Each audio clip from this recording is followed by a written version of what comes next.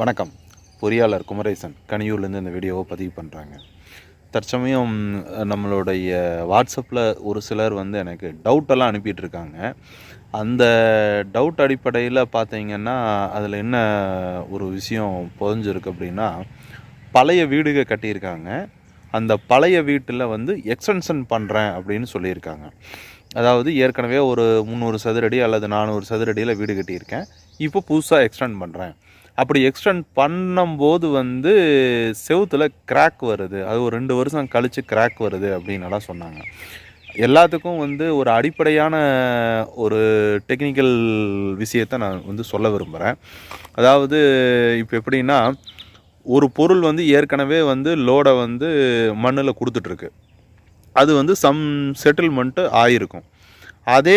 அதோட கால அளவை விட இப்போ நீங்கள் புதுசாக அதில் ஜாயின் பண்ணின இன்னொரு பக்கத்தில் வைக்கக்கூடிய பொருள், அதான் எக்ஸ்டென்ஷன் பண்ணக்கூடிய ஒரு கட்டடம், அது மண்ணுக்குள்ளே செட்டில்மெண்ட் ஆகும். அதோட செட்டில்மெண்ட்டோட ரேஷியோவும் எக்ஸிஸ்டிங் ரேஷியோவும் என்டையர்லி டிஃப்ரெண்ட்டாக இருக்கும். இதுதான் இந்த வெடிப்புக்கு மெயின் காரணம். அப்போ என்ன பண்ணணும்னா, பழைய வீடு இருக்குது அப்படின்னா புதுசாக கட்டக்கூடிய ஸ்ட்ரக்சரை அது தனி ஆப்ஜெக்டாக தான் நீங்கள் கொண்டு வரணும். அதில் கொண்டு போய் நான் எக்ஸ்டெண்ட் பண்ணுறேன்னா கண்டிப்பாக அந்த கிராக் வந்தே தீரும். அதுவும் இதுவும் எந்த காலத்துலையுமே அது ஒட்ட போகிறதில்ல. ஸோ இது ஒரு பிரச்சனை. இதே மாதிரி இன்னொன்று என்னென்னு கேட்டிங்கன்னா, ஏற்கனவே நான் கிரவுண்ட் ஃப்ளோர் கட்டிட்டேங்க, நான் மேலே ஃபஸ்ட் ஃப்ளோர் கட்டுறேன் அப்படின்னு சொல்லிட்டு சமீபமாக, அதாவது வீடோட தேவைகள் அதிகமாக இருக்குது, இல்லை நான் முன்னே கடன் வாங்கி வீடு கட்டியிருந்தேன், அந்த கடனெல்லாம் அடைச்சிட்டேன், இன்னும் புதுசாக இன்னொரு தடவை கடன் வாங்கி இன்னும் மேலே வீடு கட்டுறேன் அப்படிங்கிறவங்களோட எண்ணிக்கை கொஞ்சம் கணிசமாக வந்துக்கிட்டு இருக்குது. இவங்க எல்லாருமே இப்போ என்னென்னா, கீழே கிரவுண்ட் ஃப்ளோரில் என்ன இருக்குன்னே தெரியாமல் மேலே ஃபஸ்ட் ஃப்ளோருக்கு பிளான் பண்ணிகிட்ருக்காங்க. கீழே கிரவுண்ட் ஃப்ளோரோட பிளான் வேறு, மேலே ஃபஸ்ட் ஃப்ளோரோட பிளான் வேறு. ஸோ ஃபஸ்ட் ஃப்ளோர் என்ன வருதுன்னு தெரியாமையே கீழே கிரவுண்ட் ஃப்ளோரை மட்டும் போதும்னு சொல்லி நிறுத்திக்கிட்டாங்க. ஆனால் இப்போ நீங்கள் மேலே ஃபஸ்ட் ஃப்ளோர் பண்ணணும் அப்படின்னா கீழே கிரவுண்ட் ஃப்ளோரை அனுசரித்து தான் உங்களால் பண்ண முடியும். பெரும்பாலான வீடுகளில் பார்த்தீங்கன்னா, நம்ம வீடியோவில் சொல்லியிருந்த மாதிரி டூப்ளிகேட் ஃப்ரேம்டு ஸ்ட்ரக்சரில் தான் பண்ணியிருக்காங்க. வெறும் பில்லர் மட்டும் போட்டு கொண்டு போய் ஸ்லாப்பில் முட்டை வச்சுருப்பாங்க. நானும் பில்லர் போட்டு கட்டிக்கிட்டேன், இன்னும் நான் மேலே ரூஃப் எடுப்பேன், மாடி இதுக்கு மேலே எடுக்கலாம் அப்படிங்கிற ஒரு தவறான எண்ணத்துலையே தான் இன்னும் இருக்கிறாங்க. அவங்க மேலே அந்த பில்லரை உபயோகப்படுத்தி அவங்க வீடு கட்ட முடியாது. ஸோ நீங்கள் பில்லர் போட்டதே வேஸ்ட் அப்படிங்கிறத தான் நான் திருப்பி வீடியோவில் நான் சொல்லிட்டு வந்திருக்கேன். இன்னும் சந்தேகம் இருந்தால் அந்த டூப்ளிகேட் ஃப்ரேம்டு ஸ்ட்ரக்சர் அல்லது காலம் போடணுமாங்கிற அந்த வீடியோவை நீங்கள் பாருங்கள். அப்போ உங்களுக்கு அதனுடைய உண்மையான விளக்கம் உங்களுக்கு புரியும். இப்படி மேலே எக்ஸ்டென்ஷன் பண்ணுறவங்களும் கொஞ்சம் கீழே இருக்கக்கூடிய கிரவுண்ட் ஃப்ளோரை அனுசரித்து, அது எங்கே ஃப்ளோர் உங்களுக்கு வால் வருது, 9 இன்ச் வால் எங்கே வருது, 4.5 வால் எங்கே வருது அப்படிங்கிறத கொஞ்சம் கன்சிடர் பண்ணிக்கிட்டு மேலே ஃபஸ்ட் ஃப்ளோர் எக்ஸ்டென்ஷன் பண்ணுங்கள். உங்களுடைய ஆசை வேணால் இருக்கலாம், எனக்கு இப்படியெல்லாம் பண்ணணும், மேலே ஃபஸ்ட் ஃப்ளோரில் வச்சுக்கணும், கீழே சின்ன சின்ன ரூமாக இருக்கும், மேலே ஒரே ஹாலாக வேணும்னு நீங்கள் எதிர்பார்க்கலாம். ஆனால் உங்களோட வாஸ்து, உங்களோட மனையடிக்கு எந்த இடத்துல செவுறு வருதோ அந்த செவுறு நேருக்கு கீழே செவுறு இருந்தால் தான் உங்களால் கட்ட முடியும், இல்லாட்டி கட்ட முடியாது. இப்போ எப்படின்னு கேட்டால், என்னமோ நம்ம தப்பாக கைடு பண்ணுறோம், இவருக்கு ஐடியா தெரியலனாலாம் விமர்சனம் பண்ணலாம். மேலே வீட்டை கட்டி போட்டு கடைசியில் இடிஞ்சு தலையில் விழுந்தால் யாருக்குங்க ஒரு பாதிப்பு? யாருக்கு? வீட்டுக்காரங்க உங்களுக்கு தான். சரியா? இதில் முடியாதுன்னு இவர் சொல்லிட்டாரு, அவர் சொல்லிட்டாரு, இது நான் பண்ணித்தரேன்னு அவர் சொன்னார், நீங்கள் எப்படிங்க அது பண்ண கூடாதுன்னு நீங்கள் சொல்கிறீங்க. இதே ஆர்கியூமெண்ட் கிட்டத்தட்ட ஒரு 6 மாதமாக நம்மளுக்கு வந்துட்டுருக்கு. அவங்க வேலை நீங்கள் செஞ்சுருங்க, வேலையை கட்டி முடிச்சிருங்க. கட்டி முடிச்சு 6 மாதம் கழித்து தொங்கும், அந்த ஸ்லாப் தொங்கும். அப்போ தான் உங்களுக்கு ஆமாப்பா இந்த இன்ஜினியர் அன்னைக்கு சொன்னார், நம்ம கேட்காம விட்டுட்டோம் அப்படின்னு உங்களுக்கு தோணும். ஸோ கண்கட்டப்பின்னு சூரிய நமஸ்காரமாக இல்லை, நீங்கள் பிரச்சனையை ஆரம்பிக்கிறதுக்கு முன்னால் அதை பற்றி கொஞ்சம் யோசித்து சிந்திச்சு பண்ணிக்கிறது நல்லதா அப்படின்னு யோசிங்க. அதாவது extension project horizontal or vertical should be planned. நீங்கள் சௌரியத்துக்கு நம்மளுடைய ஆசை, நம்ம உடனே எனக்கு இது வேணும்னு நினச்சிட்டேன், உடனே இதை பண்ணணும் அப்படிங்கிற மாதிரி எல்லாம் நினச்சிங்கன்னா இந்த ரெண்டுமே உங்களுக்கு கை கொடுக்காது. ஸோ அதனால் முடிஞ்ச அளவுக்கு முன்னாடியே அது என்ன பண்ணலாங்கிறத பிளான் பண்ணுங்கள்.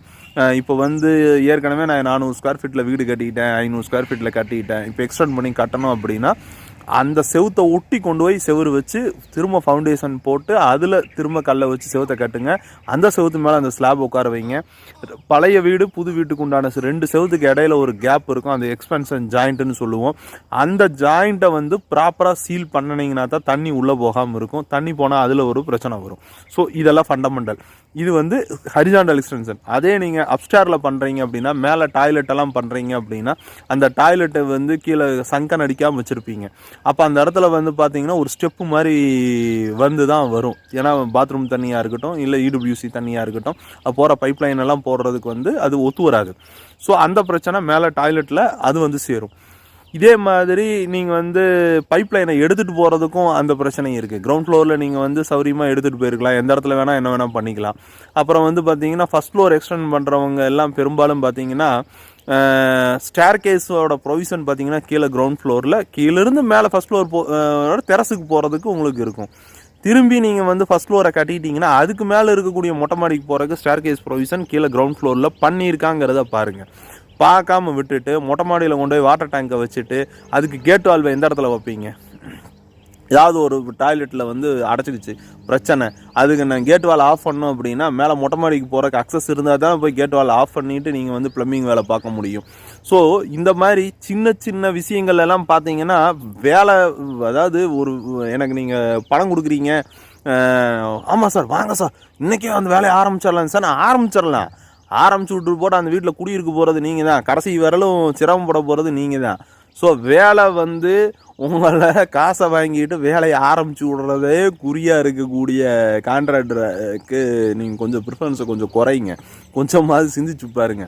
வேலை கொடுக்குறாங்கன்னு சொன்ன உடனே வாங்க வாங்க வாங்க வாங்க எல்லாம் பண்ணிடலாம் செஞ்சிடலாம்னு வந்தால் இந்த மாதிரி குருட்டுத்தனமான பிளானிங் எல்லாம் பண்ணிட்டு மேலே இருந்து எனக்கு தண்ணி அடைக்க முடியலைங்க, தண்ணி போயிட்டே இருக்குதுங்க, இப்போ தான் தண்ணியை ஒரு டேங்க் ஏற்றி விட்டேன் உடனே நம்மளுக்கு வந்து அடைச்சிக்கிச்சு, நம்ம உடஞ்சி போச்சு பைப் லைனு, அதை வந்து அடைக்கலான்னு பார்த்தா முடியல. இதெல்லாம் வந்து மிகப்பெரிய சவாலான விஷயங்கள். இதெல்லாம் கட்டடத்தில் இந்த மாதிரி ஃபேக்டர் வரும், இந்த பிரச்சனை வருங்கிறத முன்னையே அனலைஸ் பண்ணி பண்ணுறதுக்கு தான் இன்ஜினியரோட தேவை இருக்குது. சரிங்களா? மொத்தம் கவலைப்பட்டன்னு போய் வேலையை ஆரம்பித்து செய்கிறதுக்கு இன்ஜினியர் தேவையில்லை.